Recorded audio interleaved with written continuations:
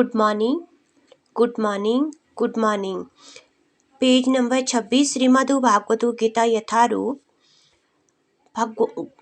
भगवान अर्जुन उचाओ यो यंग योग सत्व व या प्रोक्त सम येन मधुसूदन।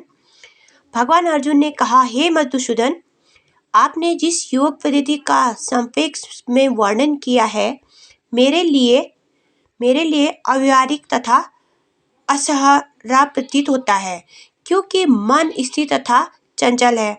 श्री मद्भागवत गीता 6:33 में लेकिन गोविंद भगवान श्री कृष्ण कहते हैं, योगी नाम पी सर्वेशा मधुगते नाथ तो रात मना श्रद्धावानु भजते यूं मां सौ में युक्त तमो मत।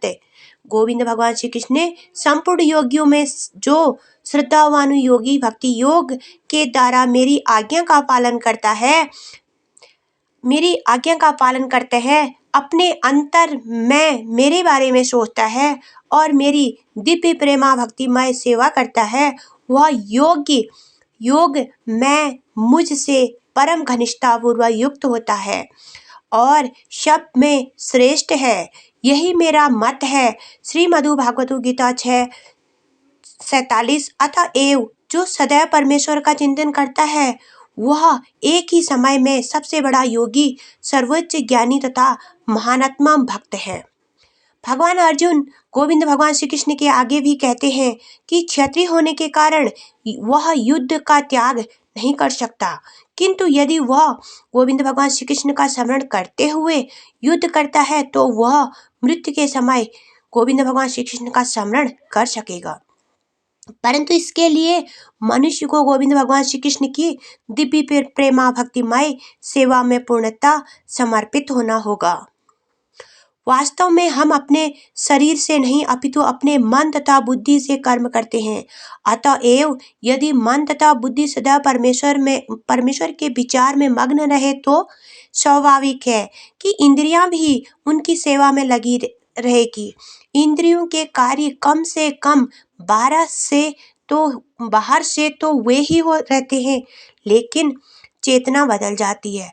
श्री मद्भागवत गीता हमें सिखाती है कि किस प्रकार मन तथा बुद्धि को गोविंद भगवान श्री कृष्ण के विचार में लीन रखा जाए। ऐसी लीनता से गोविंद भगवान श्री कृष्ण मनुष्य भगवत धाम को जाता है। यदि मन कृष्ण की सेवा में लग जाता है तो सारी इंद्रियां स्वतः ही उनकी सेवा में लग जाती है। यह कला है और यही श्रीमद्भागवत गीता का रहस्य भी है कि गोविंद भगवान श्री कृष्ण के विचार में पूरी तरह मग्न रहा जाए। आधुनिक मनुष्य ने चंद्रमा तक पहुंचने के लिए कठोर संघर्ष किया है, लेकिन उनसे अपने आध्यात्मिक उत्थान के लिए कठिन प्रयास नहीं किया। यदि मनुष्य को 50 वर्ष आगे जीना है तो उसे चाहिए कि वह उस थोड़े समय को गोविंद भगवान श्री कृष्ण स्मरण करने का अभ्यास में लगाएं। यह अभ्यास भक्ति योग है। श्रीमद्भागवतम 7:5-23 में गोविंद भगवान श्री कृष्ण कहते हैं, श्रवण कीर्तन वैष्णव स्मरण पाद सेवनमु अर्चन बंदन दास्य संखय मातम निवेदनमु।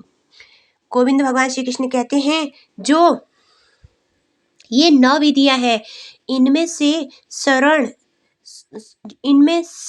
से स्वर्ण सबसे सुगम है।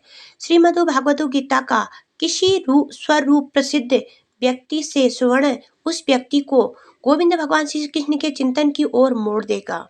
इससे परमेश्वर का स्मरण होगा और शरीर छोड़ते वक्त आध्यात्मिक शरीर गोविंद भगवान श्री कृष्ण जो परमेश्वर की संगति के लिए उपयुक्त है।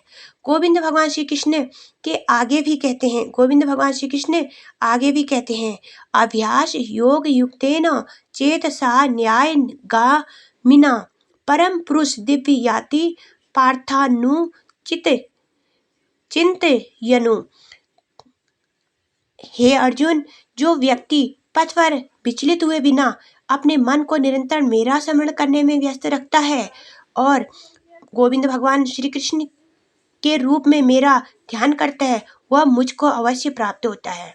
गोविंद भगवान श्री कृष्ण कहते हैं भागवत गीता 8:8 में, यह कोई कठिन विषय नहीं है, लेकिन इससे किसी अनुभवी व्यक्ति से सीखना चाहिए।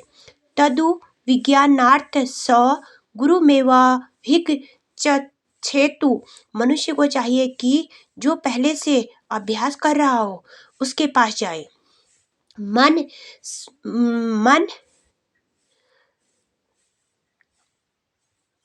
उसके पास जाए। मन सदैव इधर उधर भटकता रहता है, किंतु मनुष्य को चाहिए कि मन को गोविंद भगवान श्री कृष्ण के स्वरूप पर या उनके नामोच्चारण पर केंद्रित करने का अभ्यास करे। मन स्वभावतः चंचल है, इधर उधर जाता रहता है, लेकिन यह गोविंद भगवान श्री कृष्ण की ध्वनि पर स्थित हो सकता है। इस प्रकार मनुष्य को परम पुरुष अर्थात दिव्य लोक में गोविंद भगवानों का चिंतन करना चाहिए और उनको प्राप्त करना चाहिए। चरम अनुभूति या चरम उपलब्धि के साधन श्रीमद् भागवतों में बताए गए और इस ज्ञान के द्वार सबके लिए खुले हैं।